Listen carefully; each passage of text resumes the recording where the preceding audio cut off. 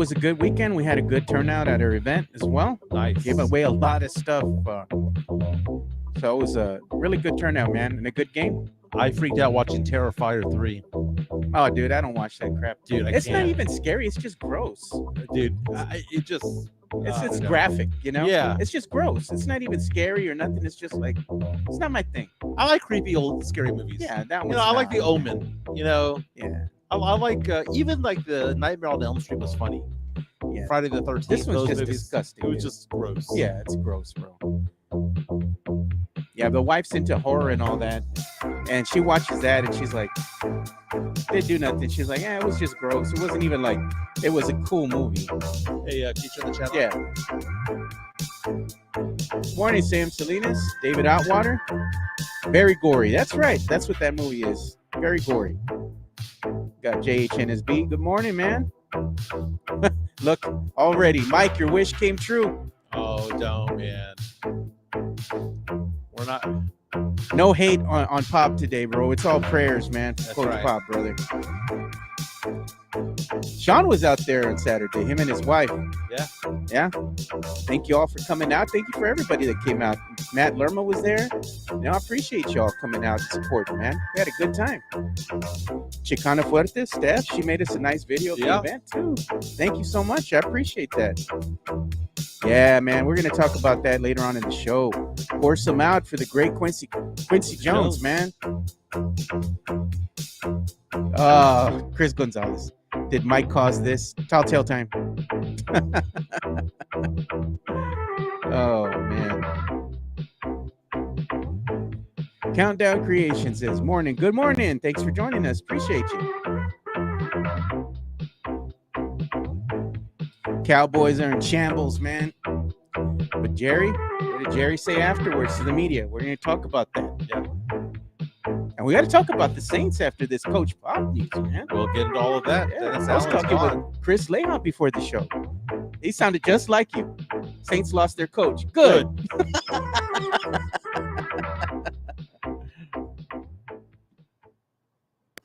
Welcome to another episode of the Alamo City Sportscast with Mike Jimenez and Joe Garcia. Make sure to subscribe and hit that like button. Join the discussion as we broadcast live from beautiful West San Antonio. And remember to tip your hosts as it helps the show grow. Good morning, San Antonio. My name's Mike Jimenez. That's Joe Garcia. This is the Alamo City Sportscast coming at you from the west side of San Antonio. Joe, typically, I'm very enthusiastic to start the week. Yeah. But we had breaking news that we need to talk about today. Gregg Popovich out indefinitely as head coach of the Spurs. Mitch Johnson is now the interim head coach while Pop hopefully recovers from whatever he has. I've been very critical of Gregg Popovich over the past 5 years. And if you're coming on expecting me to like bag on him about this, I'm not. Okay. This is a human being. This is a person. And Joe, I don't like the way this feels, dude. Yeah, don't. We're not going to speculate on anything. No. But there's just something a little bit off in my head when it comes to all amiss. this. Yeah, something amiss, dude. So he was supposed to be the head coach on the game Saturday night. The Spurs beat the Minnesota Timberwolves Saturday night. Keldon Johnson with a big game. Jeremy Sohan with a big game, 7 of 10 shooting. And Pop was not there. And Mitch Johnson led this team. Mitch Johnson, a very young coach, led this team to a victory. Spurs now 3-3. Tonight have the LA Clippers at the Crypto, 4-3 record. Yeah. Potentially for the Spurs here. But Pop is not on the trip right now, which is not only in LA, but they're also going to Houston. And, you know, the mind begins to kind of run a little bit as to what's going on. Gregg Popovich is the oldest head coach in NBA history, 75 years old, will be 76 in January. And again, I have been very critical saying that I didn't want Pop to be part of the rebuild because I just kind of thought that it's past his time. Yeah. That's not the conversation we're going to have today. Okay. Because it's a human being. This is a man. And we hope that Pop is good. That Pop is going to be fine. Going to be healthy. And I don't know. Maybe it's just an illness. Maybe it's nothing. But the fact of the matter is that I woke up and I was on the way over here. And, I taped a little 15-second segment to kind of preview today's show. And then on the drive over here, I get the notification that Pop is out indefinitely. Yeah. And the word indefinitely is what stuck out. So Shams Charania of The Athletic, if you want to show my screen, posted, he's no longer with The Athletic. He's now with ESPN. Yeah. Shams Charania said San Antonio Spurs coach Gregg Popovich suffered a health issue before Saturday's game, and assistant Mitch Johnson is expected to be the interim head coach for indefinite period, including Monday's game versus Clippers and Wednesdays versus the Rockets, sources tell ESPN. So what stood out on this, Joe, is health issue. Yeah, man. Okay, because it's one thing if it's an illness, right? It's one thing if it's a, he has a flu, because they would have said he has the flu. We heard that Wemby had allergy issues last week, right? So they outright said, hey, he has allergies. So even if Pop had COVID, they would say he has COVID. Yeah. Right. But when they say health issue out indefinitely, I get a little bit worried. I'm not saying this as a Spurs fan or I'm getting a little bit worried as a man, because when you get up there in age, things like pneumonia, things like any type of illness like that can be very, very, very, very dangerous. Detrimental to the health. Yeah. And like I said, I might have my issues as a fan of the Spurs, and Gregg Popovich deserves to be in the Hall of Fame. 5-time champion, just like Tim Duncan. Yeah. He's been the Spurs head coach since December of 1996. The winningest coach of all time in NBA history. And is undoubtedly on the Mount Rushmore of head coaches in NBA history, along with, Phil Jackson, Pat Riley, Eric Spoelstra, and all of those guys, Red Auerbach.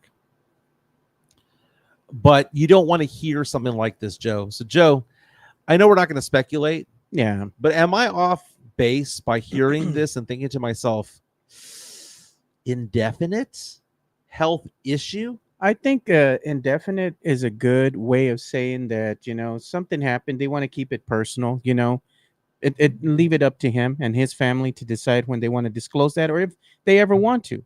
And the second thing is, by saying indefinite, you're giving Coach Pop all the time he needs to recover from this, whatever it was, we don't want to speculate, but whatever it is that he's going through right now, as far as his health is concerned, it gives him time that he needs to recoup, and hopefully he can rejoin the team at some time, maybe in the future here as the season unfolds. And if not, well, you have Mitch Johnson right now, who's named, the interim coach moving forward. And that's about all that needs to be said by the team at this time.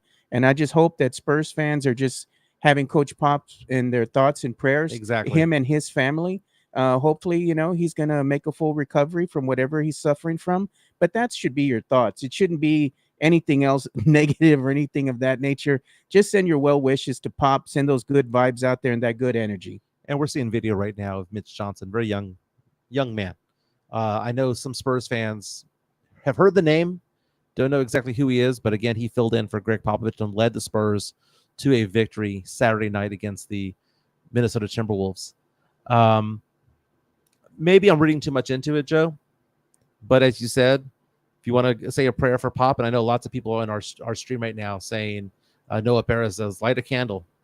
Someone bringing up the fact that Chris Paul, Mario Cavazos, is older than Mitch Johnson, who was a Spurs interim coach. Others are saying, say a prayer for him. Yeah, prende la vela. That's exactly it. Yeah. That's exactly it. Like I said, I'm a Spurs fan, and I don't want anybody to ever question my Spurs fandom. I grew up at the Hemisphere Arena, for crying out loud. You're not a true fan. Yeah, I don't know ball. But the fact of the matter is that, Joe, you and I had talked about this in the past, about why I was kind of hesitant in embracing Pop as the coach of the rebuild. Yeah. And I always made that joke. You can't make a rebuild. You cannot have a 5-year plan with somebody who is 75, 76 years old. You can't. And maybe this is something that's just minor. Maybe he just, I don't know, maybe he tripped and fell. I don't know. Maybe he has a broken ankle. I don't know. Speaking of that tripping and falling, dude, that's something that happened to me actually on Saturday as I was coming home. The lights were off in the front of the house, and I kind of caught the corner of the walkway from the driveway to the walkway that we have here. and I freaking tripped, bro, and messed brutal. myself up. My leg is all jacked up right now. I have like scratches and bruises everywhere. My right hip is hurting me right now. So I was in pain, a lot of Dude, pain on Saturday. We're Sunday. breaking down in our 40s. This is a man who's in his 70s. I know. Let me ask you this question about Pop real fast. Yeah. And I hope you feel better too. Yeah. Well, I might have to go to the ER around the corner here. You were telling me. Get my hairline, hip checked. Hairline something. Might have a hairline fracture there. Let me ask you this. You know the Spurs Pop in the front office, the Rocket La Cantera. Yeah. You know that's a vault. Not a lot gets out. Oh, yeah. No, man. It took forever for the Josh Primo stuff to come out. The Spurs but Mafia. Eventually it did. Yeah. I got a feeling because Wemby's around that something's going to be said soon. I think that's the case because not only do you have San Antonio media, the WOAI, Ken's, KSAT, MySA, all up and down over there, but you also have national media. And keep in mind, where are the Spurs right now? They're in Los Angeles. Something's going to come out. And I think it's going to be in the next 24 hours. We're going to find out exactly what happened to Gregg Popovich. Sean says I fell because it was the salty watermelon shots we're doing in the parking lot. They were good. They're delicious. Yeah. Old Smoky. But say a prayer for Pop. Hope that he's okay. And, Gregg Popovich's wife passed away many, many, many years ago. He is a single man. He obviously loves the game. Doesn't want to give it up. Yeah. Still has a passion for it, man. And he enjoys imparting what he's learned, to the younger core and the younger players out there. He still enjoys coaching, man. It's what he does in life, Right. Gives him purpose. Can you imagine if we've seen the last of Gregg Popovich as a head coach? Oh man, I'm not saying as a man. I'm not saying that he passes away or anything like that. I'm just saying as a coach. Yeah. I mean, maybe I'm reading too much into it. Okay, I'm not trying to speculate into it because we have no knowledge. All we got is a press release from and an article on ESPN.com. But to read it again, San Antonio Spurs coach Gregg Popovich suffered a health issue before Saturday's game, and assistant Mitch Johnson is expected to be the interim head coach for an indefinite period, including Monday against the Clippers, Wednesday against the Rockets, sources tell ESPN. The word issue, because it wasn't an illness. It was an issue. Like I said, that could be physical. Yeah, something else could have been ailing him. You don't know what he was going through an undisclosed health problem, because he's a very private man, and the Spurs are a very private organization. Maybe he had something already going on, and it just exasperated itself, unfortunately. Sam Salinas reaches out to us on our YouTube stream. By the way, we have more than 1,050 subscribers strong. We are on YouTube primarily, but we also come out on Twitter and on Facebook. Sam Salinas saying that he feels for Pop, but somber Mike is making him sad. We're going to revisit this conversation in a while. Spurs won on Saturday. Spurs are 3-3. Yeah. And a lot of Spurs fans are on me on Twitter, Joe, saying, Jimenez, you see this team is better, Joe. See this team is better, right? And I hope they are. I really hope this is a better team, Joe. We've seen some good games from them and some bad games. We saw a good game against the T-Wolves. Joe, what was the Spurs record after 6 games last year? They're 3-3 now. What were they last year? Oh, I think they were up they had already won 4 or 5 games. They were 3-3. Were they 3-3? So the Spurs are the exact same record as they were this time last year when the Spurs finished 22-60. So I'm just saying, pump the brakes a little bit. Let's get excited about 3-3. We're playing a team that's under 500 tonight. It's a winnable game. Yeah. Maybe you get one of those win one for Pop kind of moments. Hey, they should be inspired to win one for Coach Pop, man. Come on. Keldon Johnson finally had himself a game. Yeah. In the last game. Sohan 7 for 10 shooting. He's patrolling that 5-foot area, baby. Hey, man. Sohan's looking good this year. Hey, man. They're playing to his strengths, dude. They're playing to his strengths, and that's all that we want to see. You don't think the point guard position helped his ball handling? Does he handle the ball? I don't see him handling the ball. I see him cutting to the basket.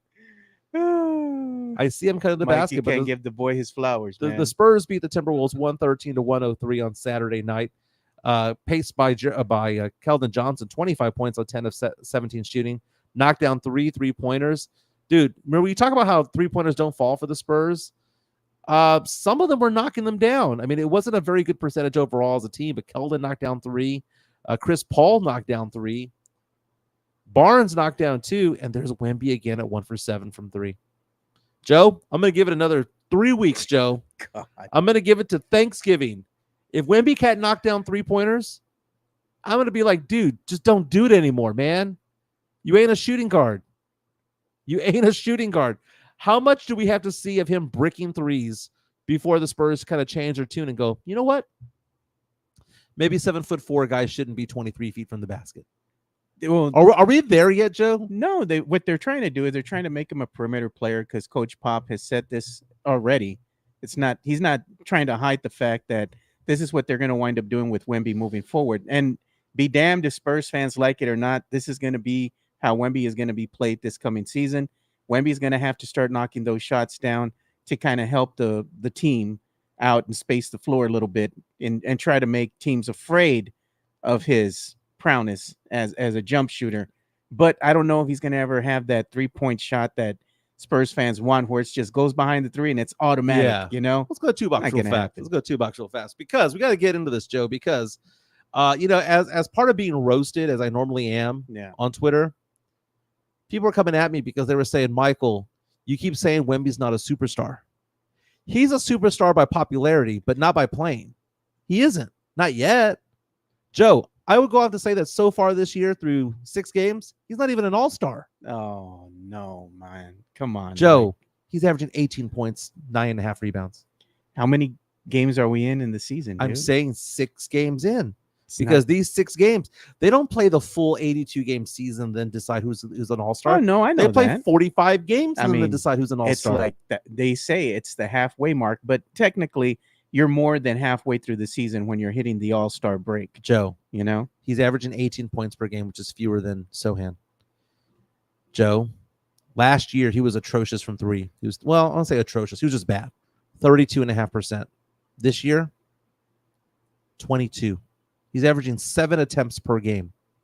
22. So if he's averaging 22% and he's averaging 7 attempts per game, he's probably put up about 40 attempts and has made like 8. yeah, Something to that effect. I get that. 9 out of 40, somewhere around there. And we talk about efficiency, Joe.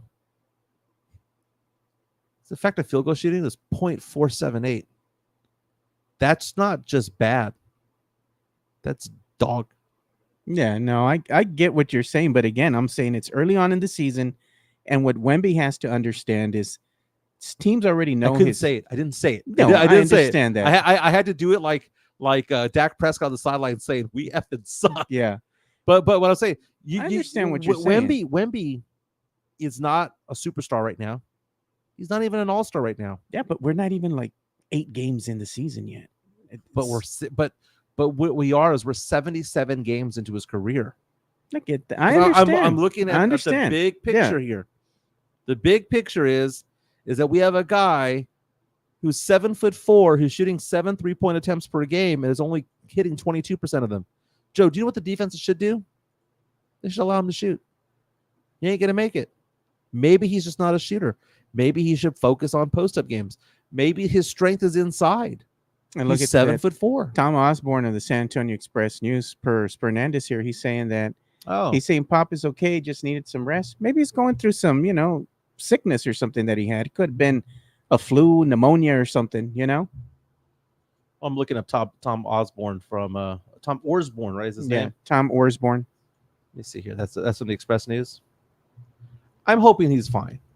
Tom Osborne, Express News. It says a league source told him the Pop is okay, just needs rest. Yeah, could be sick, man. Just, the flu's been going around. When you get flu and you're that age, man, pneumonia always tries to rear its ugly head, bro. Creep in. Yeah, man, you get that walking pneumonia. Dehydration. Probably just needs rest. Maybe he's at a hospital I hope- somewhere getting fluids or I hope something. Tom Osborne is okay. Yeah. Because like I said, I don't celebrate anyone's demise, right? Yeah. I don't celebrate that. So that wasn't going to happen today. Yeah, look at Tex-Mex Frank. He's saying, thank you, Chris Leha and MCS General Contracting for the Burger Boy cards. He says, also, Joe, for covering food and drinks on Saturday. But the Saturday was actually, the food and drinks were also covered by MCS General Contracting because in lieu of giving like $150 for like, doing their burger boy. It's like $200 or something like that Yeah. they give us in gift cards to give away.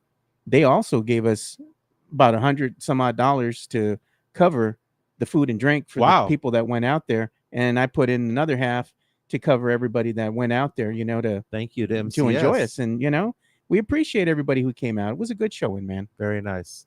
So according to Tom Orsborn of the San Antonio Express News, Pop is going to be okay, just needs rest. Going to miss the next 2 games. They have the Clippers tonight. They've got the Houston Rockets Wednesday at the Toyota Center over there in Houston. Mitch Johnson takes the helm for a second and third game. Those victories, Joe, don't count for Mitch Johnson. I don't know if you know that. That's the way the NBA rules work. That win for the Spurs against the Timberwolves counts as a Gregg Popovich win. Yeah. Even though he's not on the bench. If you're the head coach, you get those victories. So, Look at Sean. What? Joe covered y'all's food and drink. Sean being silly, dude. all He right. gave me his ticket, right? I said, no, I'll take care of it. He's like, no, I got it. I said, no, I really will Yeah. take care of it. But yeah, he took care of his own. So, Joe, let me ask you this. Let's go back to the conversation about Wemby. Wemby is supposed to be the generational talent. He's 20 years old. Yeah. Going to turn 21 in the next handful of weeks. I think his birthday's in December. I'm not expecting him to be Hall of Fame level yet. My question that I have for Spurs fans today is, at what point do we start getting worried? Yeah. At what point do we start thinking to ourselves, no, I've never said that he's a scrub. I've never said that he's a bad player. So everyone who like insinuates that on Twitter, go jump off a cliff. Okay? I don't say that. I have said in the past that maybe Wemby has a lower ceiling than what we all thought, that maybe he's not going to be a generational GOAT type of player. Maybe he's just going to be a perennial all-star. Maybe he's going to be an MVP like Giannis, but not, when you think of Giannis, you think of Giannis as one of the 5 best players in the NBA, but you don't think of him being better than everybody else. You just think he's one of the top 5 players. And that's a great thing to have. But at what point, Spurs fans, do we look at Wemby and think to ourselves, there's something amiss? And it's beyond the fact that Chip England's no longer the shooting coach for the Spurs.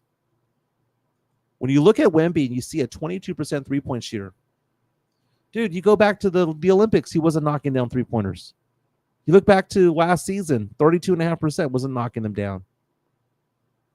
At what point do we look at this guy and go, maybe he's just not a shooter?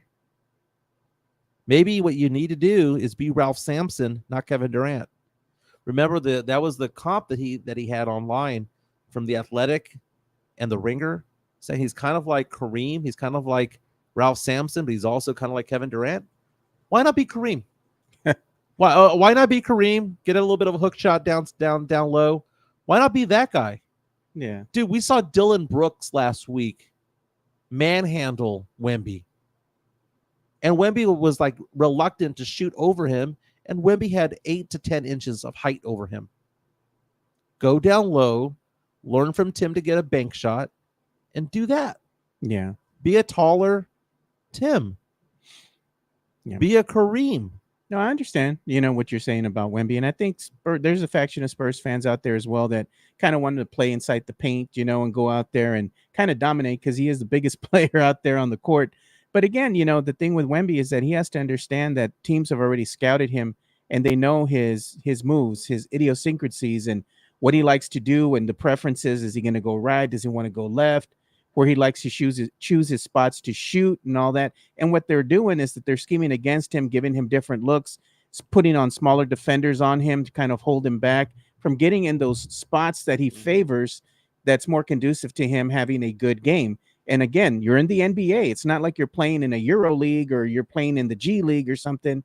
These are really world-class players you're going up against, and these defensive schemes that they're throwing at you are going to keep coming. You have to go ahead and adjust, and you're going to have to, level up your game in order for you to become a great player. What you're saying is they've got tape on him.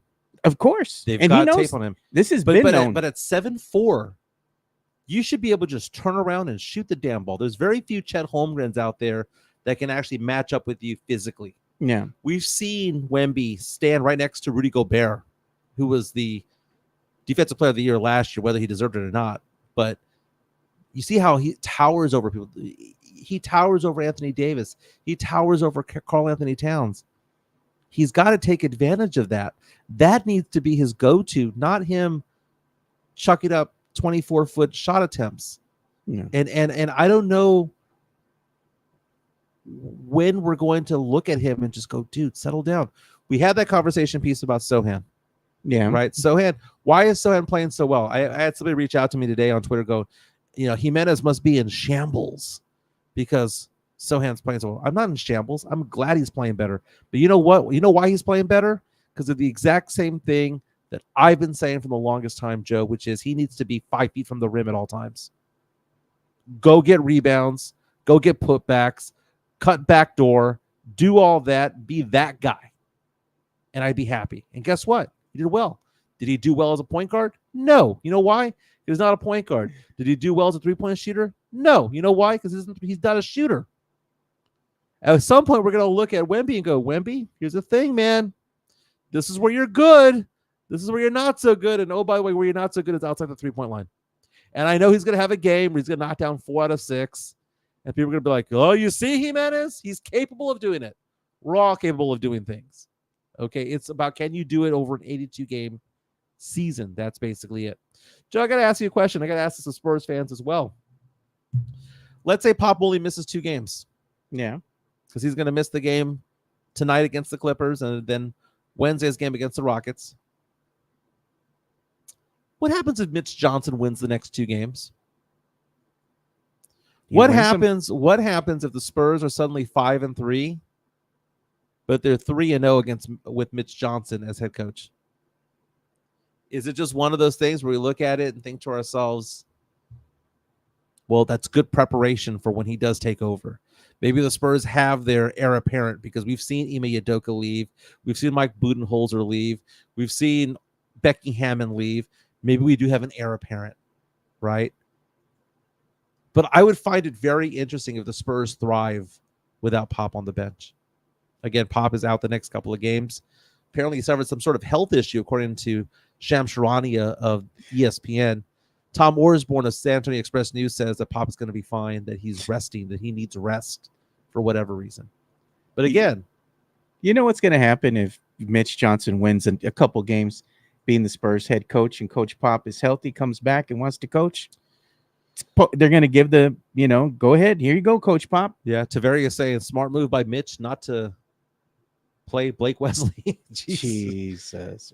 Tony saying, well, the NBA is not going to count for Mitch Johnson. You're right. It doesn't count for Mitch Johnson. And that's one of the things, because Mitch Johnson is not the head coach of the Spurs. He's the interim head coach. And because of that, every victory that he gets and every loss that Mitch Johnson gets applied to Gregg Popovich's record. It happened that way with Steve Kerr. If you look at Steve Kerr's rating, remember when Steve Kerr had that health issue and he missed a big chunk of the season? The interim head coach got those wins, but they all counted for Steve Kerr because Kerr was the head coach of the team. Yeah, people are saying, that, it was good that the Spurs played the Wolves on the back of a back-to-back, know, that they came in to town at 4 a.m.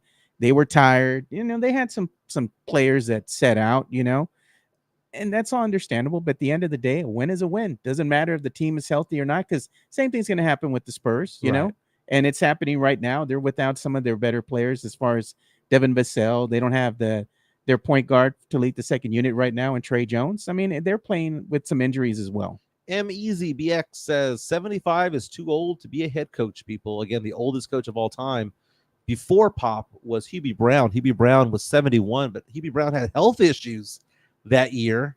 So he really coached to 70, had health issues, tried coming back, didn't work out, bailed on the season. He was 71 years old. Popovich is 75, about to be 76 years old in January, again, out with some sort of health issue. Tom Orsborn of the San Antonio Express News says that Pop's going to be fine, that he just needs rest. But you think about the life of being an NBA player and a head coach. I have parents who are in their early 80s, right? But I remember them when they were in their 70s. Yeah. You get somebody who's 75 years old on a plane. I don't care if it's first class or not. You get them on a plane every day, or I mean, not every day. Dude. How many miles do they put on that plane? Again, even if it's chartered flight or what, their own plane or whatever they've got, it's still a grind. And NBA head coaches might take off a couple of months in the summer, but this isn't an 8 to 5 job. This is you wake up, you go to practice, you live, breathe, and sleep the NBA. So for a 75-year-old man to be doing this continuously, and to add the fact that he also coached the Olympics at some point, that he does charity events, that he does public engagements, that he does community events with the Spurs because that's kind of part of the job.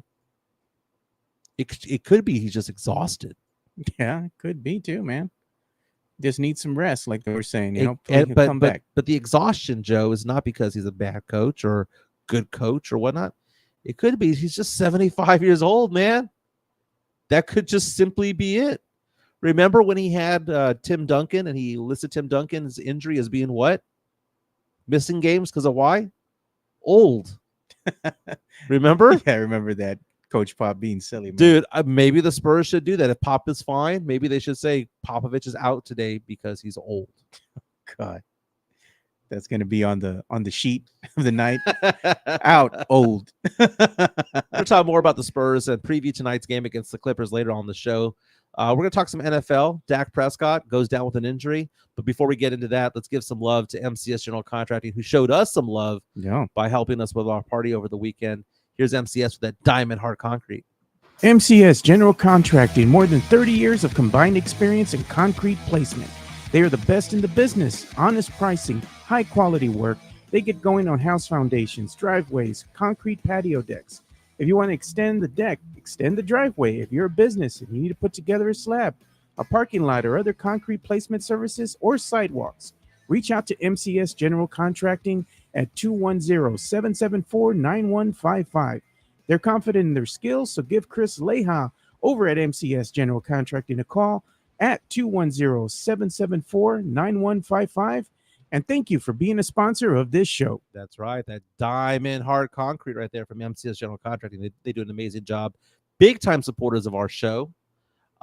Joe was in Houston over the weekend visiting the Chica, and went to a mall over there, Joe, that apparently sells a bunch of Houston Oilers gear.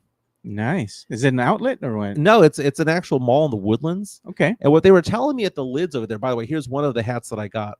Nice. Dude, it's a navy blue Oiler Derrick. Love it. Oilers were my favorite team growing up. My favorite football team. I cried literally when Bud Adams moved that team to Nashville. But apparently there's a rule with lids. People were telling me that you cannot sell Oilers gear in stores in Houston because of some embargo. I have no idea if that's true or not, but that's what they were telling me. So they were saying that they move them outside the city limits to like Spring and Tomball and the Woodlands and Katy. That's where you have to get your Oilers gear. Bought 2 hats, Joe. Nice, dude. I bought a black on black Oiler Derrick one. That's my favorite, dude. Love the Houston Oilers still. Love you blue. Any Warren Moon merch out there? Dude, when I met Warren Moon at Super Bowl Radio Row a couple of years ago, me and Joe Reinagel of San Antonio Sports Star fanboyed the entire time. You were screaming the same way Jason Minix and Rob Thompson get a chub for Emmitt Smith. Oh God. Is the way that we got a hard on for Warren Moon. The great Warren Moon. The great Warren Moon. And we didn't get like literally one, but as a sports fan, that's what we felt, right? We felt that, oh my God. It was very rarely have I ever fanboyed. I've interviewed countless athletes over the years, countless celebrities over the years. I think Warren Moon is probably the worst fanboy I ever had. Very nice. But after I became a fan of the Houston Oilers and they left me, I had to go find a team. And I latched on to the New Orleans Saints because they came and played here in San Antonio. Yeah. Saints are now without a head coach. Dennis Allen. He's out as head coach of the New Orleans Saints after the Saints lost their 7th game in a row. Good. Like Chris Leha? Good. They fired your coach. Good. First of all, people would always ask me who's the head coach of the Saints, and I know it's Dennis Allen, or I knew it was him. But for like 30 years, I know it's not 30 years, that's just exaggeration, but it was always Sean Payton. Yeah. You could always say it's Sean Payton, Super Bowl champion, Sean Payton, Sean Payton, Sean Payton. And then they hired Dennis Allen, who's a defensive-minded coach, to coach a team that needed help more on the offense. It was not a good thing. They had a new offensive coordinator this year. Derek Carr basically had Chris Olave blown to bits yesterday. Chris Olave knocked out of the game. Brutal hit. And that is Derek Carr's fault. But Dennis Allen out as head coach. It's kind of sad, Joe, when the interim head coach is the special teams coordinator, not the defensive coordinator, not the offensive coordinator. They're like, special teams coordinator Darren Rizzi, come on down, baby. They lost to the Carolina Panthers 23-22, but Joe, I'm going to argue with you that the New Orleans Saints won yesterday. Can I explain myself, Joe? I'm such a true fan that I now want my Saints. My Saints' perfect Super Bowl was to beat the Cowboys, which they did handily, and then to come out and get a good draft pick, man. You're right, dude.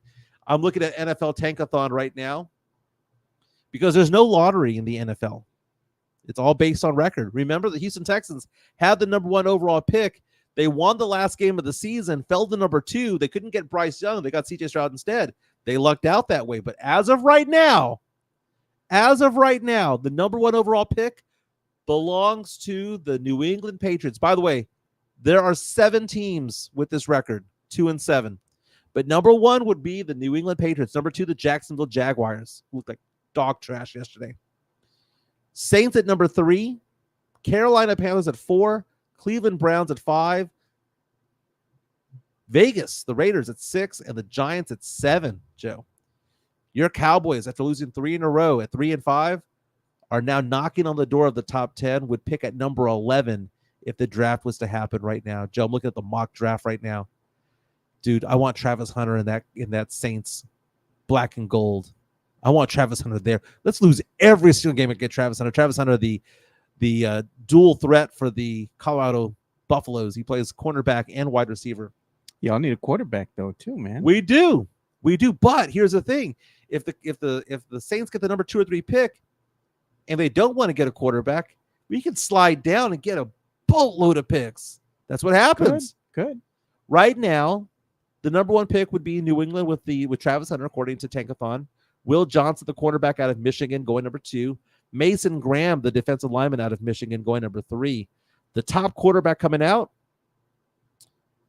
Cleveland Browns taking Shedeur Sanders to replace at number 5. You know, quarterbacks go 1, 2, or 3, right? So you'd have to move up. You'd have to say, Saints would go, give me your 5 and give me your second rounder. Let's make it happen, right? Cam Ward, formerly of UIW, would go number 6, according to Tankathon, to the Vegas Raiders right now. Cowboys would take Ashton Jurdy, the running back out of Boise State. He's averaging 11 yards per carry, 10.5 yards per carry. Would you be okay getting that running back? Remember, you don't draft running backs in the first round, but the Cowboys did back in the day with Zeke Elliott. Ashton Genty, Boise State, 10 yards per carry, currently with 1,525 yards rushing, with 20 touchdowns, Joe. The guy sniffs the end zone. No running game with the Dallas Cowboys. Would you be okay with the Cowboys at number 11 taking Ashton Genty? I would, but the thing is that the Cowboys have to address some other issues that they have with their offense. It's, of course, the running game is a big factor of it, but also Cowboys always shoot themselves in their own foot because they make too many mistakes. They make all those little tiny mistakes that compound into bigger mistakes. And when you're like 4th and goal, and all you got to do is just punch your ticket into the end zone. Mm-hmm. Oh, offsides. Go back 5 yards. Then somebody else moves or hold. Oh, that's another 5 yards. So you go from 4th and goal now to 4th and 10. You got to punt it at that point. Yeah. You can't even think about sniffing the end zone anymore. But that's the kind of season that the Cowboys had. It's like, yeah, you don't have a running game, but all these penalties that get called against you, they don't help. So to answer your question, running back at that position, I don't think any Cowboy fan would have any reservations. They'd be like, dude, go get him. Dude, Jerry likes to sell jerseys, and that'll sell jerseys. Neff Ozuna reaches out to us on our YouTube stream saying, no, we need a defensive line. But you also need a running back. That's funny. Hey, well, what's also funny, I mentioned Cam Ward, who's playing for Miami. Miami's having a fantastic season. going potentially number 6 to the Raiders. Cam Ward used to be the quarterback for the Incarnate Word Cardinal. Did you see that one player for the Cardinal, the wide receiver who went viral over the weekend because of his celebration? Yeah. He did a headstand plank as a celebration. And what happened after that? It made it on SportsCenter and whatnot. 2 NFL players, one of them being Drake London from the Atlanta Falcons against the Cowboys yesterday, and Amon-Ra St. Brown, star receiver for the Lions, did the exact same thing. Incarnate Word's Jalen Walthall sparking the new touchdown The trend. new trend. That's fantastic. What happens until somebody winds up getting an injury because of that stupidity, man? Can you imagine? You tweak your neck or something. Oops. Yeah. I'm like, come on. David Atwater on our YouTube stream saying, as a Cowboys fan, I would love Genty. Mario Cavasso says, heck yeah, draft him. There you go. I mean, Genty, you got the CeeDee Lamb. You got a little 1-2 punch there. You need a running game. So, Joe, let's go 2 box real fast. What were your thoughts on MCS General Contracting? Sorry. What were your thoughts, Joe, last night when you see, I got to find the video, courtesy of Fox Sports, when you see Dak Prescott on the sideline saying, "We effing suck." Hey, man, I don't blame him one bit. He knows it. He can see it out there. Here's the video right here. Let's go ahead and play that. He's on the end zone. It's the Fox on the NFL. You can't say that he's saying anything other than that. Yeah, we effing suck. You know what the disheartening thing about it is, though, and I hate to see this, man. It's like he says, "We effing suck." You see that the body language tells you the same thing, that this ain't it. They know that this season isn't it, dude. They ain't feeling it. Yeah. And then you have players, too, like CeeDee Lamb that goes out there and be like, "Oh, I hurt myself. I'm battling through some injuries." Then he's wanting to get back in the game. As a head coach, you just got to tell him, I don't care how bad you want to get in the game, dude. Like, you're already hurt. Why are we going to go ahead and put you back into a game that we already are? It's done. We're not going to win. For what? Just go sit your ass on the bench. The season's effectively over. Cowboys lost 27-21 yesterday. It wasn't that close. The season's not going nowhere for them, dude. Cowboys dropped to 3-5. They're 0-3 at home, 3-2 on the road. The Falcons play a good game, man. That's a good team with Kirk Cousins back there. We joked about it last week, Joe, about how what's the one thing that Dak Prescott wasn't doing? He wasn't running the ball. No, man. You know what's he ran 3 times in that quarter. Then all of a sudden, end of the third, beginning of the fourth, comes up lame with a hamstring injury. We all thought that it was his hand because Fox was showing cameras of his hands. You were here at his hand too. Yeah, but he does 3 running plays. Pulled up lame. But you know what was funny about one of his running plays? There was nobody around him, right? He's like, F it, I'm going to run this ball. And he runs the ball. That was like one of the longest runs the Cowboys have had this year, besides him. And he had a 22-yard run. Yeah. Who else is the other one? Rico Dowdle. Rico Dowdle had a 50-yard run, and CeeDee Lamb had an 18-yard run. Dak had 22 yards on that run, and that was like the longest run of the season for the Cowboys. I'm like, man, that's sad, dude. Zeke Elliott didn't touch the ball yesterday. Oh, he was out. Yeah. He was out because of disciplinary action. They're not saying what it was. Did not hear about that. He was out because of disciplinary action, did not travel with the team. They're not saying what he did, but he's just he didn't even make the trek. Whoa. And I saw Dalvin Cook out there. Yeah. So he was doing his thing. Rico Dowdle, 12 carries for 75 yards, including one 15-yard run. Dak Prescott, 18 of 24 for 133 yards and a touchdown before getting hurt. Cooper Rush went in there, got those Dak stats in the fourth quarter, 150 yards. What do you call them? No, what do you call them? Those junk stats. Junk stats. He got that last touchdown with the last couple of minutes or so to go. It was an efficient Kirk Cousins day.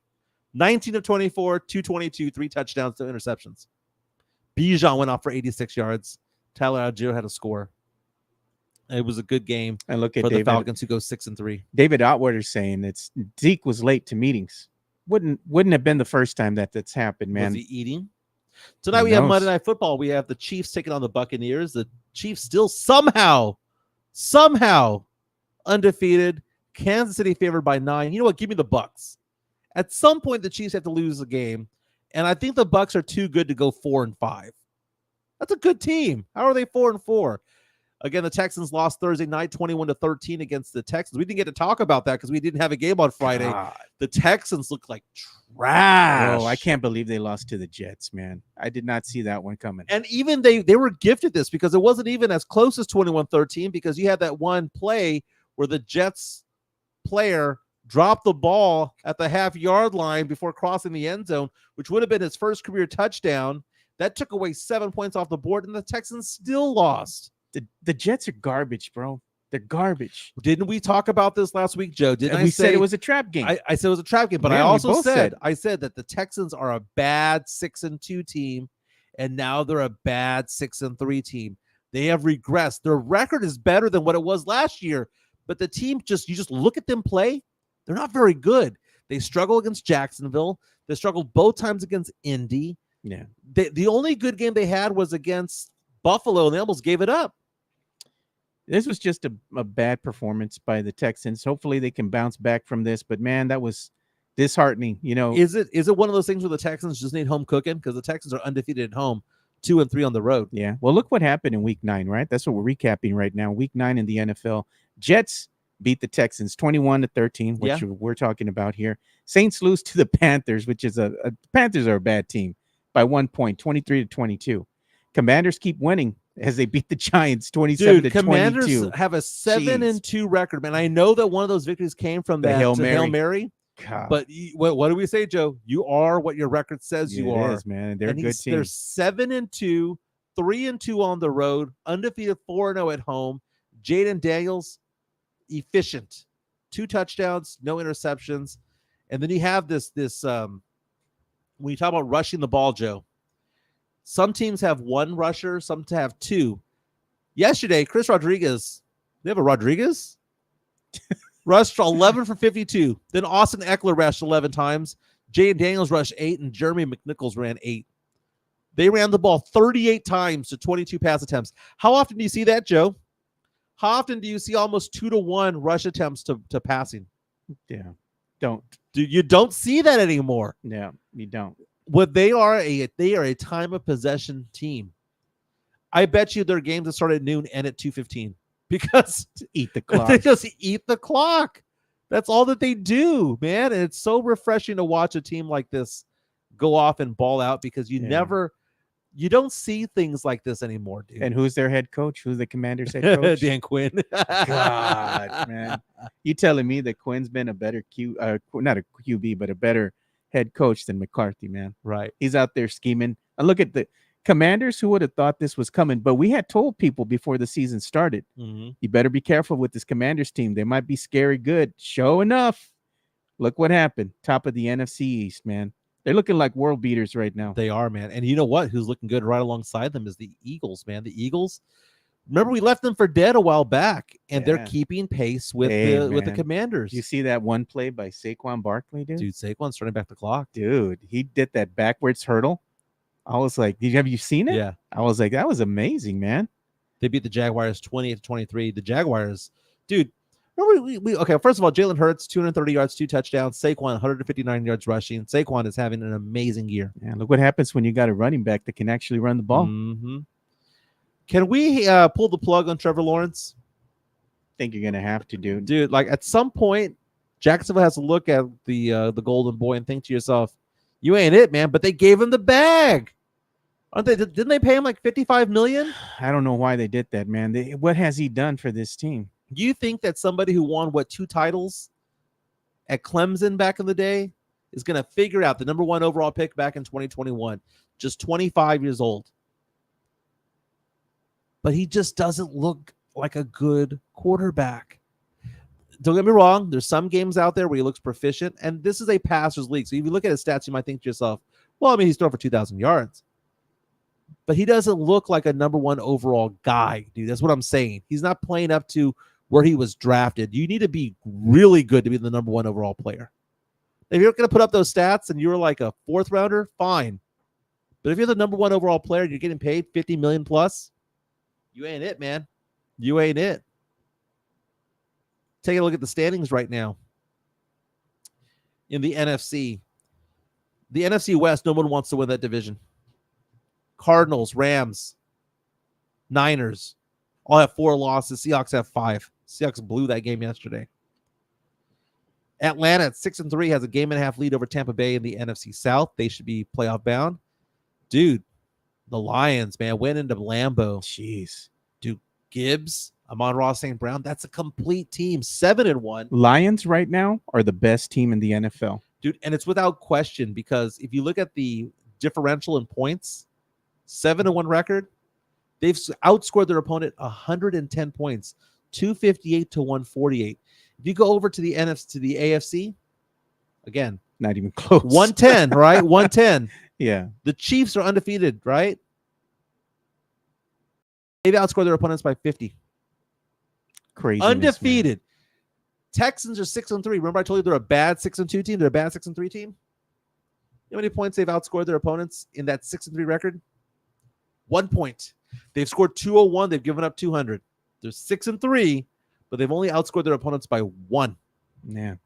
You know, the Lions, they were talking about them too, all over the NFL, you know, when they're doing the NFL pregame shows and whatnot, NFL Red Zone and all that. And they were telling you the stats and all that. But one of the things that really stands out at you as just a fan looking at the team is how well balanced they are. Yeah. They're balanced really good on offense. They're balanced on defense. They can run. They can throw the ball. I mean, they just are playing at a very high level right now. They are the best team in the NFL. And right now, I mean, they're looking like they're going to be Super Bowl bound, man. And who do they have next week? Houston Texans. They're going into NRG in Houston to take on the Texans. If the season ended right now, we're at the halfway point of the NFL, by the way. Week 9 of 18. We are at the halfway point. Right now, the number 1 seed in the AFC would be the Chiefs. The Broncos would go to Buffalo for the first round of the playoffs. The Chargers would go to the Steelers. And the Ravens would have a rematch with the Texans, but this time at NRG Stadium if the season ended today. In the NFC, the Lions would get a bye. The Packers would go on to Washington to take on the Commanders. The Eagles would take on the Falcons. And the Vikings, who, I mean, they eked one out yesterday, would take on the Cardinals in a 5-4 matchup. Bears and Bucks on the outside looking in right now. Look at Sean, Big Sean PD. He's saying, we fired our head coach today, and the whole Who Dat Nation is rejoicing. Most definitely. They're all probably saying, good. There's not one Saints fan who was like supportive of Dennis Allen. It just never happened. Yeah, man. You know what's the amazing thing to me? I saw this stat earlier today before the show started. You have their head coach, right? The Saints head coach been fired on 2 different teams that Carr was playing for. So this brother has gotten this coach fired twice already. Yeah, can we get rid of Derek Carr already? Jeez, man. You know, the right now the Saints would have the number 3 overall pick in the draft, and you said go after a quarterback. They might have to. I wouldn't mind a Quinn Ewers. Hey, man, Quinn Ewers with this Saints team, it might bring some life into that team, dude. Now he's under contract right now. There's a potential out in 2025. Yeah. So it was a 4-year deal that he signed with the Saints, but the Saints can get out of it this year. Hey, I want to give a quick shout out here to Hanover Fist. Hanover Fist, you're watching the show right now, man. I need to get in contact with you so I can send you your gift card, bro. If you can, email us, man, at the Alamo City Sportscast at gmail.com. It's just Alamo City Sportscast at gmail.com. Email me with your address. That way I can go ahead and send the gift card out to you, man. Spurs coach Gregg Popovich will be missing the next 2 games. He missed the last game against the Minnesota Timberwolves Saturday night. The Spurs won that game to go 3-3, now 500 on the season. Spurs last year at this time were 3-3 as well. Mitch Johnson taking over the next 2 games. We're going to talk about this a little bit more, but before we get into more Spurs talk, let's show some love to Jeff Garcia from Locked On Spurs and Ken's 5, who provides that daily content on your silver and black. Locked On Spurs is your daily Spurs podcast, hosted by Jeff Garcia, the lead Spurs writer for Ken's 5 San Antonio. Jeff has a healthy plethora of guests all the time on the Locked On Spurs podcast. You can also follow Jeff on Threads at Jeff G Ken's 5 SA. You can also follow Jeff on Twitter at Jeff G Spurs Zone. So make sure you go ahead and give Jeff a follow, not only on Threads and Twitter, but also on YouTube at youtube.com/@Locked On Spurs. This is where you're going to be able to find the replay of the Locked On Spurs podcast. Make sure to like, subscribe, and share. That's right. I subscribe on Spotify. I subscribe on YouTube as well, and you should as well. Let's get into this whole issue involving Gregg Popovich. Earlier, we mentioned how Shams Charania of ESPN said that Pop was going to miss time because of a health issue that he suffered before a game Saturday night. Tom Worsborn of the San Antonio Express News said a league source told him that Pop is, quote, okay, just needs rest. Well, now we're hearing from Don Harris on Twitter of News 4 San Antonio says, quote, for all of us who are concerned about Coach Pop, there's this bit of relief. I'm told he's going to be okay. No further details at this time. As reported earlier, he will not travel on the current road trip. Mitch Johnson will be the coach for an indefinite period of time. Again, uses the word indefinite. Yep. So that could mean so many different things. You can be okay and have suffered something bad. You know, it's just one of those things. Yeah. I mean, the question becomes, does he come back to the bench? Yeah, I don't know, man. The only thing I'm thinking about is hopefully, he makes a full recovery, whatever is ailing him, comes back and, can go ahead and coach the team. If this is, in fact, his last season, you'd want to see him finish out his season, coaching the team, doing what he loves to do. I'm just looking for Coach Pop to get healthy. Thoughts and prayers are with him and his family, man. And I know, the Spurs are a very private organization. We call them the Spurs Mafia jokingly because nothing gets out, so when it's time, I'm sure Coach Pop will be the one to address the media at the time he returns and tell them if he wants to, I'm good.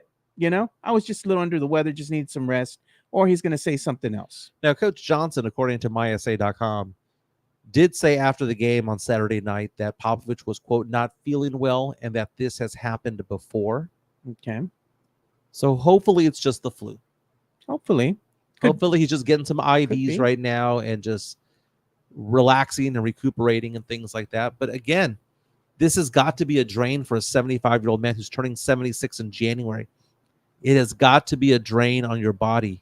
Oh my God. That the Spurs reporter said that Devin Vassell was coming back against the T-Wolves. I'm like, bro, stop. Yeah, man. that guy's he don't have no sources, man. Nothing. Come on. And it's funny because you know how many sources I have? I have none. No, I'm a fan. We don't claim to. And even if the reporters do have something, they're hearing it second and third hand knowledge. Yeah, they're reading an article from somewhere. They're seeing it on the X. It's like Devin will come back when he's good and ready. And we're saying, as a Spurs fan, I mean, it's not rocket science. You're looking at, them kind of gingerly bringing him back in. He is in active workouts. You're seeing what's happening. We're already in the month of November, right? As a Spurs fan, you're more than likely you're looking to see his return maybe near the end of November, beginning of December. And we've said that from the beginning. Yeah, we don't have sources. No, but we know how things work, though. Yes. By the way, I did go and see Vassell practice the other day. Yeah. So I saw him at practice. So he's there. Spurs, it's a 9:30 tip-off. It's not from the Crypto. It's from the Indefinitely Dome, the new arena there in Inglewood. Inglewood always up to no good. It's going to be a 9:30 tip-off. Clippers favored by 4.5 points in this game. Clippers are 0-4 at home, Joe. So you're saying there's a chance. There is a chance, man. Taking a look at the standings tip right tonight, now. though, man. It's going to be like 9:30. 9:30. Man, late game. Spurs right now, if the season ended right now, would be in the play-in. I know. I saw. I was like, what? They're 3-3. They're like number 7, right? Number 8 right now, tied for 7th, but would be number 8, along with the Houston Rockets at number 9. You look at it this way. I'm still going to be an optimist when it comes to it all, but I have to point out the fact that the Spurs were 3-3 last year as well. Yeah. Okay. And I know, I got into it a little bit with Fernandez because Fernandez was asking me or on Twitter going, what does that have to do with anything? I'm like, well, this is basically the same team as last year. Yeah. It's the same team. You added Chris Paul and Harrison Barnes and Stephon Castle. Everything else is the same, and it just kind of is what it is. But, Spurs are 3-3. Let's be optimistic that they're going to have a winning record, that we're all wrong. They're destined to be a 40-win team, 45-win team, that they make the play-in tournament. Let's all hope that. Let's all make that so. Right now, the Oklahoma City Thunder are the only undefeated team in the Western Conference at 6-0. Who Look would have at- thought the Cleveland Cavaliers would be 7-0 at this point? Yeah, I wouldn't have thought that. Look at David Atwater. Spurs started 3-20. Because the Spurs were 3-2, and then they lost 18 in a row, which stretched from November to December. Now, I don't think the Spurs are as bad as they were last year, simply because the Spurs we've had players playing better. Sohan's playing better. Champagne is getting a little more consistent from time to time. You know who isn't playing better? Who's that? Zach Collins right now, because he got fined on Saturday's game by the lead he got fined $2,000 for flopping. It was a bad flop job, dude. I got to say, maybe that'll make him stop doing that nonsense, man. So Garrett reaching out to us from the Netherlands, international viewer, saying, I don't see them losing 18 straight, Mike. I don't see them losing 18 in a row either. I don't see them losing 18 in a row either. And I wonder if Mitch Johnson's coaching this team differently than what Pop does. Like, does Mitch Johnson have a different spin or take on what he thinks this offense should be doing? Is he a better game manager? I know it's only been a game, and he's going to have 3 under his belt, but it's interesting to see the dynamic, Joe. Because, you watch that game. I mean, Minnesota's not a good team, but they're not a bad team. They're a potential playoff team. Julius Randle and Mike Conley and Anthony Edwards. I mean, you look at it, they're a decent team with decent talent. He played the same starting lineup, Joe. Champagne with 29 minutes, Sohan with 33. Barnes had the most minutes with 38. But let's look at what he did. Mamu, Bassi, Wesley, Sissoko, stapled to the bench. They came in to end the game. He went only 9 deep as opposed to Pop, who goes 10 or 11 deep. He played Zach Collins only 13 minutes when Zach Collins had been getting, 15, 16 minutes. He played Keldon 29. Branham just 14 minutes, and he played Stephon Castle like a rookie, just 15 minutes played. He just basically told his starters to go out there and go win us this game. Spurs had a positive plus minus basically across the board.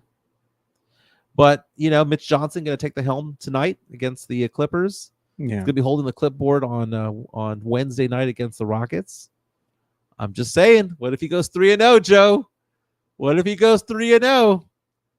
I'd be all nice. Go 3-0, Hey, be good, but in a good way. But yeah, you got to get those wins when you can. It's, the thing is, you can't make excuses. If a team is decimated by injury and the Spurs wind up beating a team, whether they have a good record or they don't have a good record, these wins and losses all add up at the end of the year. So Spurs fans who are on that, team play-in, you need these wins early on in the season, before they start playing the really good teams. Yeah, because that's coming up. We haven't played the Celtics yet. We haven't played Cleveland yet. We haven't played the big teams yet. And you have the rodeo road trip that happens too in the month of February. So it's like you got to get all the wins you can, especially early on in the season against some of the lesser teams, Joe, if the season ended right now, Joe, we'd have, counting them all up right now, we'd have 3 first-round draft picks. We'd be drafting 17, 18, and 20.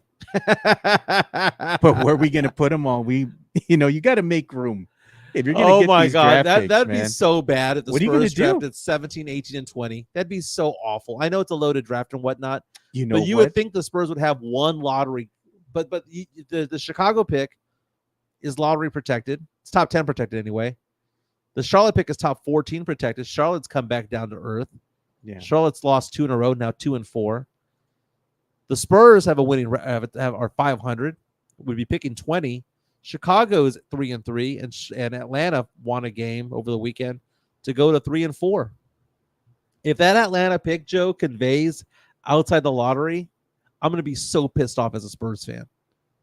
I'm going to be so pissed off as a Spurs fan. Thing is, if the Spurs wind up getting these, they wind up picking 17, 18, 19 or something like that, right? Are they going to be making these picks for their own team, or are they going to be making them for other teams because they're going to wind up and saying, what? I want 2 other picks. How good are we going to get picking at 17, 18, 19, 20? Last time we picked at 17, I think we got Luka Samanic. How did he turn out? He gone. Last time we picked around 20, we got Malachi Branham. When we picked in the mid-20s, we got Blake Wesley. Just saying, dude. Go get some players, man. Yeah. Picks aren't always everything. Maybe they should, like I said, you have picks that you can package up and move up in the draft if you'd want, I mean, you can do some things. You can make some moves, We're going to go to some entertainment news in a second, but before we do that, let's show me some love. Let's get my number out there, Joe. This has been my cell phone number since 1996 when I had a purple pager. Purple. 210-508-0369. Why am I giving out my cell phone number? Because shoot me a text, give me a call if you have any questions about finance when it comes to investments or insurances. You have an old IRA, an old 401k, old 403b, 457, one of those accounts, TSP. You need to do a rollover into an IRA. I can be your financial advisor when it comes to that. I've been licensed since 2005 doing that. You can go to brokercheck.org, type in the name Michael Jimenez in San Antonio, Texas. You'll see I have 0 disclosures, which means not one person has ever filed a complaint against me. I also do insurance, from life insurance to disability to long-term care. Been doing this again since 2005. Again, my name is Mike Jimenez, 210-508-0369. I'm an independent advisor, and I'm a fiduciary. I do what's in the client's best interest at all times. That's what I'm bound to do by licenses. Again, 210-508-0369. One thing I wanted to talk about here before we kind of transition over into the, entertainment news, because we do have some things to talk about in entertainment news. Mm-hmm. I want to go ahead and talk about this here. We're going to talk about the latest college AP polls that have been coming out here. And this one was done by Fox College football right now. I'm going to go ahead and put that up. And it's showing who the top 25 teams are for this week. Number 5, because they had a bye, they didn't play. Longhorns. They're at number 5. Oregon still at number 1. Georgia 2. Ohio State at 3. Miami Hurricanes at number 4, man. And then you have some unbeaten still in this, in college football, man. Yeah, you said Oregon with all 62 first-place votes. By the way, James Pledger's in the house from San Antonio Sports Star saying he'd like to file a complaint against me. Bastard. Georgia at 2, Ohio State at 3, Miami at 4, Texas at 5, Penn State at 6, Tennessee at 7, Indiana 8, BYU 9, and the Domers fell 2 spots. Notre Dame at number 10, Bama outside the top 10 at 11, Boise State at 12. We saw that Gentry, the running back from Boise State, mocked to go to the Cowboys at number 11. Yeah, man. LSU at number 14, A&M at 15. A&M, who beat LSU and then goes and wets the bed against South Carolina. Yeah. Look at the ponies. Number 13, SMU, making their way up to number 13. They're moving up, dude. Dude, they're gonna make the playoffs, dude. It's either gonna be them or Army. Man, Army's still undefeated. Army 8-0. Don't they got UTSA at some point? Yeah. How did UTSA do this weekend? They won. UTSA won. 4-5. Here's the thing with UTSA right now. You can see the record right there. They beat Memphis, which was a good team, 44-36. UTSA has 3 games on their schedule right now, and the last game of the season is going to be against Army. Basically, what UTSA needs to do to go ahead and be bowl eligible, they've got 4 wins under their belt. You need to have 6 games, but in order to really make a name for yourself and not be overlooked, you got to win out. You got to win these last 3 games. Well, according to ESPN, I'm taking a look at what they've got going on. They play North Texas on the 15th, so they have a bye week this week. Yep. UTSA has a 47.5% chance of winning that game. Then they have a game against Temple. Both of these games at the Alamo Dome. They win the home games. They're fine. They're in. They have an 84% chance, according to ESPN Analytics, of winning that game against Temple. Temple just 2-6. But then you go to that Army game, who again is ranked number 18. Undefeated. UTSA with only a 12.9% chance, according to the matchup predictor on ESPN.com. Whew. Brutal. That's brutal, man. They got to win to stay in. They want to keep their bowl game, their hopes alive. You got to win out, dude. That's the bottom line right now with them. I know Sean Quintero was talking to me about UTSA football and, the tailgates and all that. I said, I'll try to make it. Look at TMZ Sports talking about Gregg Popovich. Are they? Yeah. Let's go ahead and show that. It's on TMZ Sports right now. Mentioning how Gregg Popovich suffered a health issue before the game Saturday night. No timetable for return. But again, we've seen Don Harris of News 4 San Antonio. We've also seen Tom Orsborn of the San Antonio Express News. Both say that Pop is fine. that he's being just getting rest right now. Popovich, 75 years old, turns 76 in January. Icon in pop culture news. Quincy Jones passed away at the age of 91. Legendary music producer, you know? So TMZ basically says that this is a guy who has worked with several icons. They say everything from Michael Jackson to Frank Sinatra to Will Smith. Passed away at the age of 91. Died in Bel Air, California, Sunday night. You take a look at Quincy Jones. Wasn't he the guy behind We Are the World back in the 80s? I mean, what a great song. We can go to 2-box real fast, Joe. Yeah. I'm looking at Quincy Jones's biography right here. By the way, isn't his daughter Rashida Jones? Yeah, I believe so. Rashida Jones, who famously from Parks and Recreation, comedian. Yep. She was also on The Social Network. Very good movie. Yes, sir. That's his daughter, Rashida Jones. But Quincy Jones, 28 Grammy Awards, 80 nominations. Was called a Grammy Legend Award winner back in 1992. We're talking about like 6 decades worth of music. 60s, 70s, 80s, 90s, teens, and 20s, right? He produced Michael Jackson's Off the Wall and Thriller. He produced the Bad album, the song We Are the World. Yeah. This is somebody who is you think about R&B, you think of soul, you think of funk, you think of great producers of all time. Yeah. Quincy Jones's name comes to mind, dude. Passed away. He met Ray Charles at the age of 16. How about that, man? I mean, he goes back a long ways, man. So he's a legendary music producer in the industry, and I'm sure they're going to be doing some, tributes to him. Mm-hmm. Most definitely. No doubt. You know who else was in the news as well? Kind of. By the way, Quincy Jones also produced the TV show The Fresh Prince of Bel-Air. Oh, yeah. I forgot about that, dude. Interesting. Yeah. No, I was going to... R.I.P. Yeah. Rest in peace. I was going to show this too, Mike. I don't know if you saw this. James Vanderbeek, man. He's announced that he's battling colorectal cancer. Oh, wow. James Vanderbeek, famously of Varsity Blues and Dawson's Creek. Yeah. Back in the day. He now lives in Texas. He now lives outside of Austin.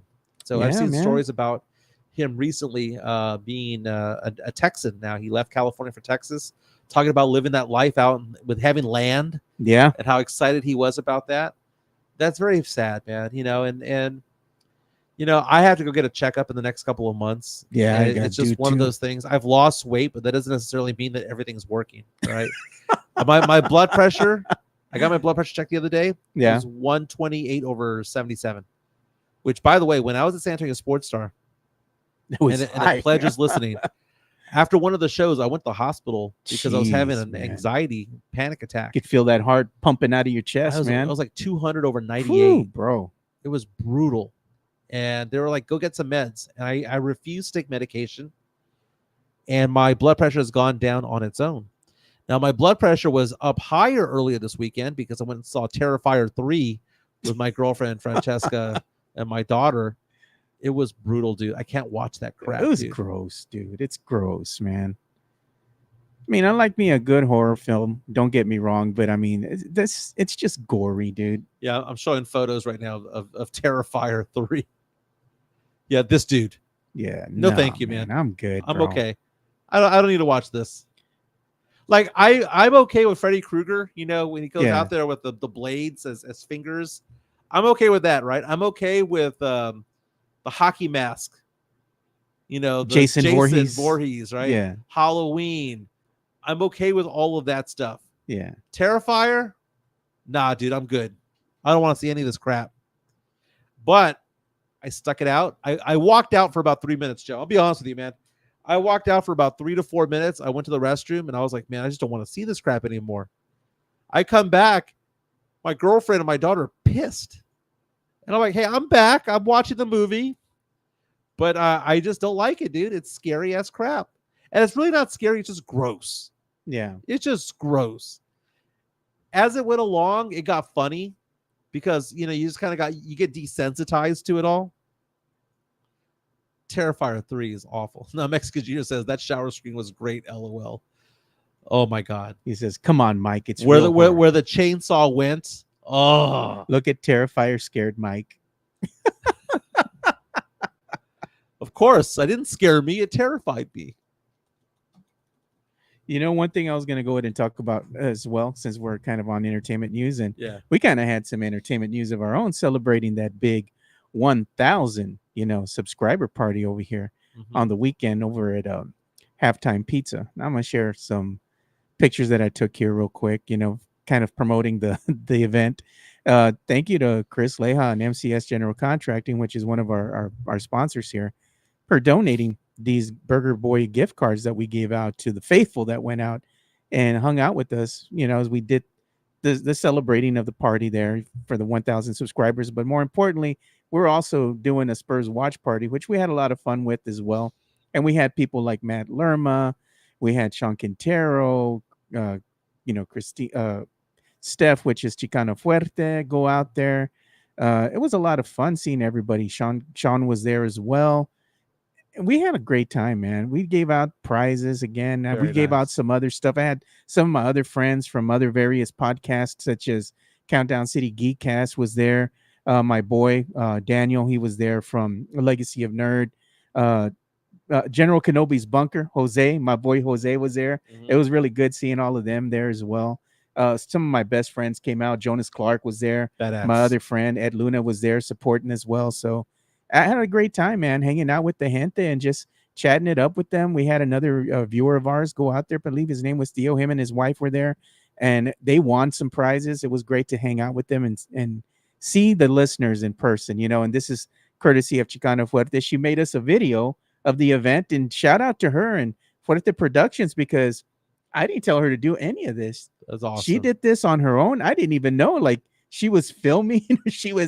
You had video of us and pictures, because I took a picture and I posted it up on social media, but she surprised me with this. So thank you so much. I really do appreciate it, Steph. So if you need anything done for your business as far as like photographs or videography, go hit up Chicano Fuerte Productions. Does a great job. Sad that I missed it. I was in Houston for my girlfriend's birthday. Yeah. Went and did something over the weekend that I'd never done before. I went to Painting with a Twist. Oh, I saw that, man. You had some pictures up. Yeah. If you want to call that up on Facebook, dude, because I posted those on Facebook. Painting with a Twist. I had never done that before. It was fun. I'm not very artistic, but I thought I did a pretty decent job with it. Yeah. They had us paint sunflowers and things like that. It was pretty cool, dude. I rather enjoyed it. I'm trying to see if I can find we're gonna do pottery next time, dude. Now we got a $2 super chat from the Drew Show saying that Jimenez is scared of the cucuy. Damn straight I am. You're afraid of the cucuy. Terrifier scared you, bro. Michael's all, I don't like Terrifier. It's a scary. Oh, so I found the here. There, I'm gonna put the pictures on. I found them right here. You got them? Let me see here. Let me get to the Painting with a Twist first. Okay, here we go. So this is Painting with a Twist. I had never done it before. My daughter Ava. We gotta hang out and do some flowers with the nugget. I like Ava. She's sassy, dude. She is sassy. This is my painting before it dried. I put more accents on there so it looked a little bit better. But no, it was good times. Painting with a Twist. Good times. Really enjoyed it. Joe? Yeah. So two things are happening in weather right now that we need to get into. Cold front's coming in. So the high temperatures here in San Antonio, we got to have a windy day, man. It's going to be 19 mile per hour winds today. Yeah, later on they said, maybe a chance of some threatening weather. 40% chance of rain today, an 83% chance of rain on Thursday, a 70% chance on Friday, and more chances over the weekend, right? Yeah. The temperatures are going to drop. High temperatures are going to drop into the 70s, Joe. Man. With a low in the 50s, right? You think, okay, fall must be here, right? Well, look at the top story on Weather Channel right now. No. Raphael's coming. But one last story. You know what? Just like the scary movies. Yeah. You gotta get one last one last Terrifier move. But you know what? Hurricane season doesn't end until I think sometime in November. That's crazy. Yeah.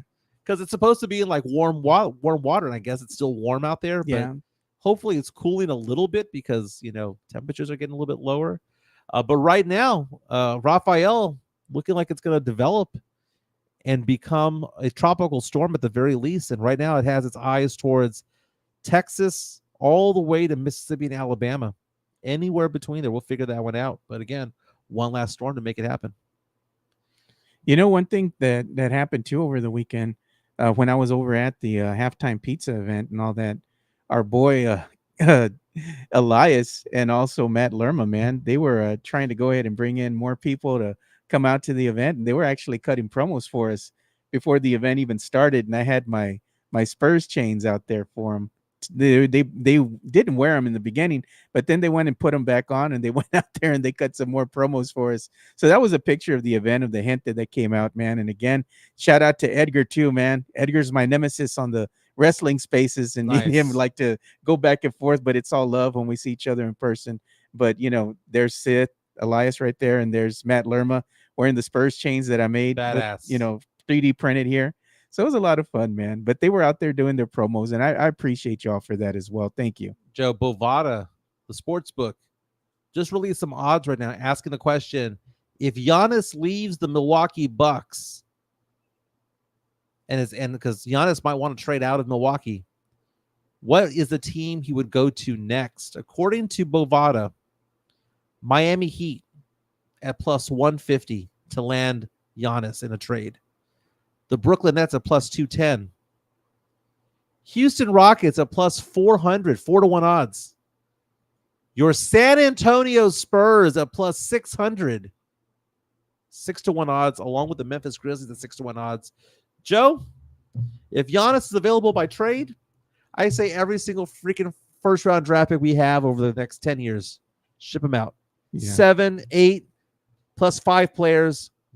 Have Vassell, have Castle, have everybody else. If we have Wemby, Sohan, and Giannis, Yeah. I don't care who's. Dude, I could be point guard. You could be point guard. We'd be all right. Look at that. We got another incoming super chat. This was from Tony Ornelas. He says, Samuel L. Jackson is a Spurs fan. Can Mike make magic happen? Get him on the show. Dude, that would be a big get, dude. Oh my God. Can you imagine? What does he look like? What does Marcellus look like? He's person? big. He's black. Oh, look at it says it hurt him to give the chain back. They're so badass. It's like, I'm gonna be making some more. I was already getting some orders. Like people wanted, like, hey man, can we buy these? I'm like, I'm making more so we can give them away. These are just like the first editions, the prototypes, to kind of get used to the way things should be done. So I already have the process down. So I'm making more. Joe, Jeff Garcia from Locked On Spurs just posted this on Twitter. Yeah, that today is the 30-year anniversary. Oh God! Of the cannon going off at the Alamo Dome during the Spurs game. I remember them showing video of David Robinson just laughing his ass off. And the worm, it is. The worm was there too. Dennis Rodman was there, I think, at the time. Dude, think about what's happened with the Spurs and our facilities. We've had the cannon go off. We've had the AC go off during the NBA Frost Finals. Center. This was on opening night here. November 4th, 1994. I was 17 years old, Joe. And look at that place, still looks the same, man. It was ugly then. Was it raining outside? I mean, who Jack Haley? Yeah. J.R. Reed. Oh God, dude. Is that J.R. Reed? Yeah. I remember that. And look at this. We got another $5 super chat incoming here from the Drew Show. Giannis is a double homicide coach killer. He made his own bed and he can lay in it with all those Chick-fil-A nuggets. Giannis getting Mike Budenholzer kicked out. And he had won a chip for them too. Yep. Gone. Budenholzer now doing well with the Suns right now. No, man. Suns aren't what they used to be, man. It was kind of expected. They turned the cannon off. Someone found the Allen wrench. The Allen wrench, the little tiny Allen wrenches. Turned it off. They probably cut the water. That's how they got that thing to shut off. They said it would happen because they had pyrotechnics, right? When the Spurs were coming out, they were introducing them. And this was like a new facility, So they're like, let's put on the pyrotechnics. So what happened is when they went off, they didn't have a good ventilation system. Nugget. So all the smoke Nugget. just stuck in the top level. And what did that do? Joe, Nugget. Psh, yeah. Nuggets. And look at all the wet shirts. But I'm what's going saying on here? that's what happened. What are we missing here, Joe? That's what happened. Like all the smoke caused the cannons to go off and they couldn't shut them down. 30 years ago. Look at all that water, dude.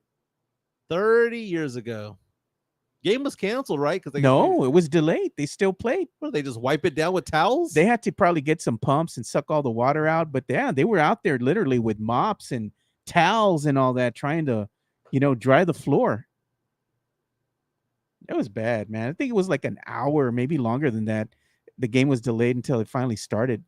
Place looked like a swimming pool, man. Very nice. Joe, my refereeing.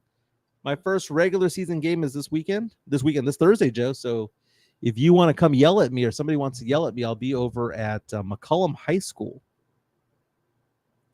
Joe, McCollum taking on, let's see here. I'm going through my list here. Do I have any more games this week? The season starts this week in girls basketball.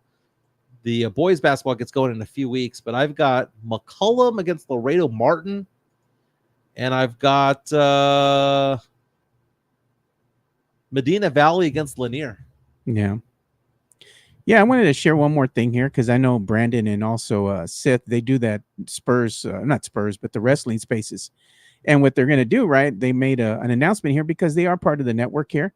And they're just letting the people know that they got some, I guess, changes coming. So they're doing the wrestling spaces, should I say, on the X.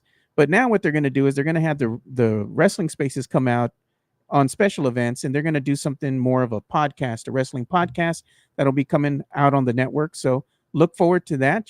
Some changes, programming changes are coming through the pipe here. So the Alamo City Podcast Network is going to be adding Down for the Count, which is going to be a wrestling space. So look for that soon. Very cool.